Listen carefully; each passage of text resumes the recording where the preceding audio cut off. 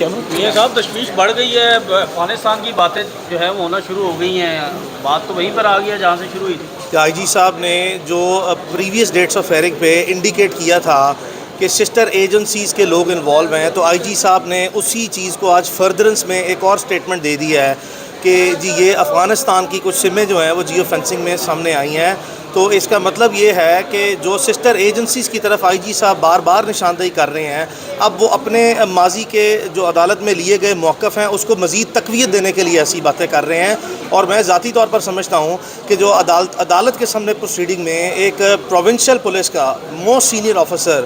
جو آئی جی ہے، اگر وہ ایسی باتیں کرے تو اب اس کو سنجیدگی سے جو سا ہے وہ لینے کا وقت ہے کہ آپ اس پہ اب جو ہمارے ریاستی و دفاعی ادارے ہیں جس کو آئی جی صاحب نے چارج شیٹ کر کے فردر ایویڈنس بھی دے دی ہے، چونکہ جن لوگوں کو جو سا ہے وہ ریاستی اور دفاعی اداروں کا عام حالات میں پتہ ہو، انہیں پتہ ہوتا ہے کہ ایسٹرن بارڈر اور ویسٹرن بارڈر جو ہے انہی کی سمیں جو ہے وہ روٹین میں کسی طرح اگر آپریشن جو ہے وہ ان کی شمولیت ہو تو وہ استعمال کی جاتی ہیں. بہرحال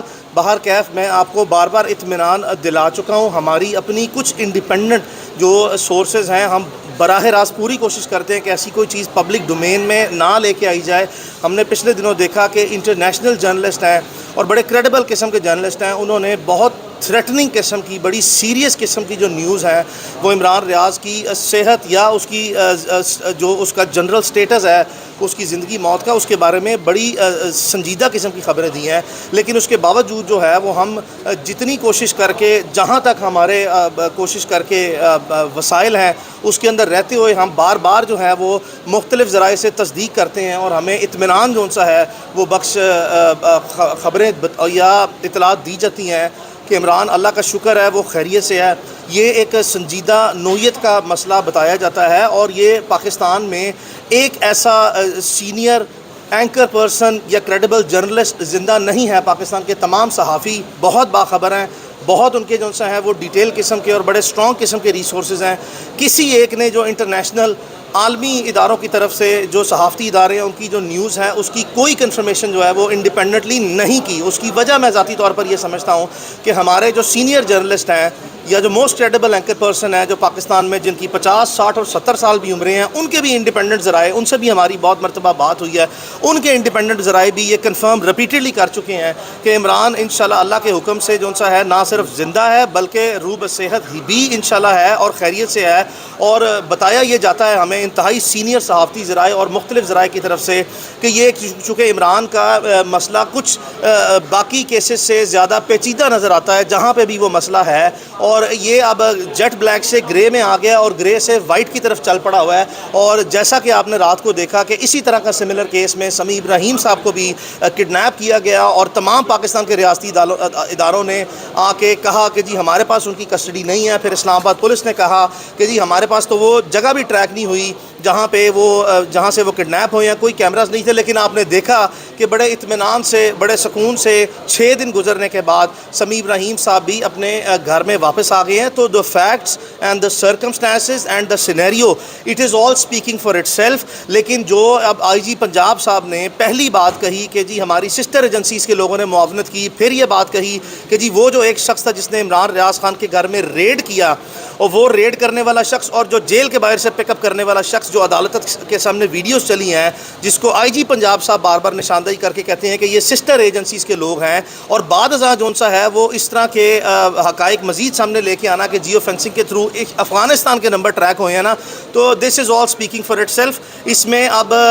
مزید گہرائی میں یا مزید وضاحت میں جائے بغیر بھی جو ہے وہ عقل مند لوگوں کے لیے کافی اشارے ہیں. ہم بار بار اپیل جو سا وہ کرتے آئے ہیں، اور پاکستان میں چونکہ آپ نے دیکھا کہ لاہور ہائی کورٹ نے ایک واضح آرڈر کیا کہ پاکستان کی ٹیریٹوریل کانسٹیٹیوشنل جورسڈکشن میں جتنے ادارے ہیں، چاہے وہ دفاعی و ریاستی ادارے ہیں، چاہے وہ ہماری انٹیلیجنس ایجنسیز ہیں، چاہے وہ ایف آئی اے ہے، چاہے وہ پولیس ہے، جن کے پاس جو وسائل ہیں پاکستان کی جغرافیائی حدود میں، وہ تمام وسائل کو بروئے کار لاتے ہوئے، چاہے وہ انٹیلیجنس ریسورسز ہیں، چاہے وہ ٹیکنالوجیکل ریسورسز ہیں، چاہے وہ ہیومن ریسورسز ہیں، یا چاہے وہ فائنینشیل ریسورسز ہیں، ان تمام کو یوٹیلائز کرتے ہوئے ہم لازمی طور پر عدالت کے حکم کے جو سا ہے وہ مد نظر رکھتے ہوئے آپ سے عدالت کے حکم پر عمل درآمد اور احترام چاہتے ہیں. برائے مہربانی عمران ریاض خان کو اب بازیاب کر دیا جائے. کسی بھی شخص کو ڈیو پروسیس سے آپ ڈینائی نہیں کر سکتے. آپ نے اس کو اسٹرانگلی ڈپرائیو کر دیا ہوا ہے. کافی چیز آگے نکل چکی ہے. اگر عمران ریاض خان کا کیس کو میں ایک اولڈ ڈیزیز کنسیڈر کر لوں نا, پرانی بیماری بھی کنسیڈر کر لوں, تو اس میں بھی صحت یابی کے لیے جتنا ٹائم اس طرح کی ٹرانزیکشنز میں یا اس طرح کے حالات میں ریکوائرڈ ہوتا ہے نا, وہ ریکوری کے لیے اس بیماری, اولڈ بیماری کی یا ٹریٹمنٹ کے لیے وہ کافی گزر گیا ہے, اب آگے بڑھ گیا. آئی جی صاحب کی باتوں سے تو کہیں سے نہیں لگ رہا کہ عمران ریاض جو ہے وہ آئندہ آنے والے دنوں میں کسی طرح بھی پیش کیے جائیں گے. دیکھیں, جس وقت کسی بھی حالات میں کوئی کام نہ کرنا فوری طور پر ٹھہرا ہو تو مختلف قسم کے ہیلے بہانے, مختلف قسم کی ایڈمنسٹریٹو مینوپولیشن یعنی کہ انتظامی ہیرا پھیریاں جو ہمارے نظام میں ہیں, اس طرح کے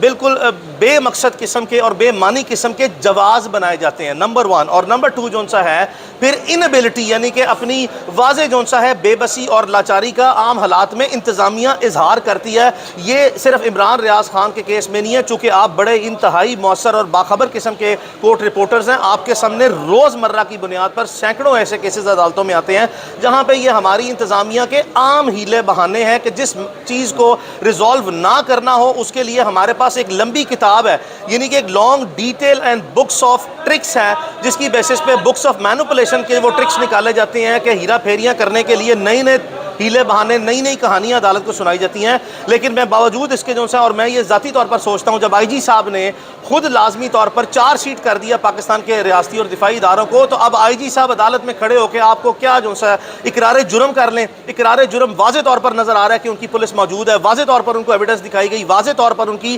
مس ریپرزنٹیشنز, مس سٹیٹمنٹس اور misquotation of events, facts and circumstances repeatedly highlight ہوئے. جو بیان دیتے ہیں آگے سے وہ کوئی نئی چیز ہم لے آتے ہیں, وہ پکڑا جاتا ہے. پھر وہ جو بیان دیتے ہیں ہم کوئی ایسی چیز پیش کرتے ہیں جس سے واضح طور پر تضاد آتا ہے. تو ان سب باتوں کے بعد آپ کیا سمجھتے ہیں کہ آئی جی صاحب کیا جو ہے وہ آپ کے سامنے جواز پیش کرے, سوائے اس کے کہ جی وہ ہمارے پاس نہیں ہے, جی وہ ہم کوشش کر رہے ہیں, جی ہم وہ جیو فینسنگ میں یہ کر لیا, جی وہ افغانستان کے نمبر نکلا ہے. یہ سارے ہیلے بہانے ہیں. پرنسپلی آئی جی صاحب کو میں لازمی طور پر آپ کے سامنے لازمی طور پر ببانگے دول کہہ رہا ہوں کہ آئی جی صاحب کے علم میں ہے, یہ ہو نہیں سکتا. کیا آپ کو میں بتا دوں کہ آئین پاکستان میں کسی ایس ایچ او کو جو اختیار حاصل ہے, اگر اس اختیار کو امپلیمنٹیشن کا حکم دے دیا جائے نا, تو ایک ایس ایچ او, صرف ایک ایس ایچ او کے اتنے اختیارات ہیں کہ پاکستان میں اس کے علاقے سے ممکن نہیں ہے بندہ جو سے غائب ہو جائے. اور دوسری بات یہ کہ جو بھی لے کے گیا, چاہے وہ کوئی ادارہ ہے پاکستان کا, جب تک کہ ڈیو پروسیس میں نہیں لے کے گیا, تو ایک ایس ایچ او اتنا با اختیار ہے کہ وہ ہر صورت جو ہے وہ اپنے حکم پر عمل درآمد کر کے بندہ لے آئے گا.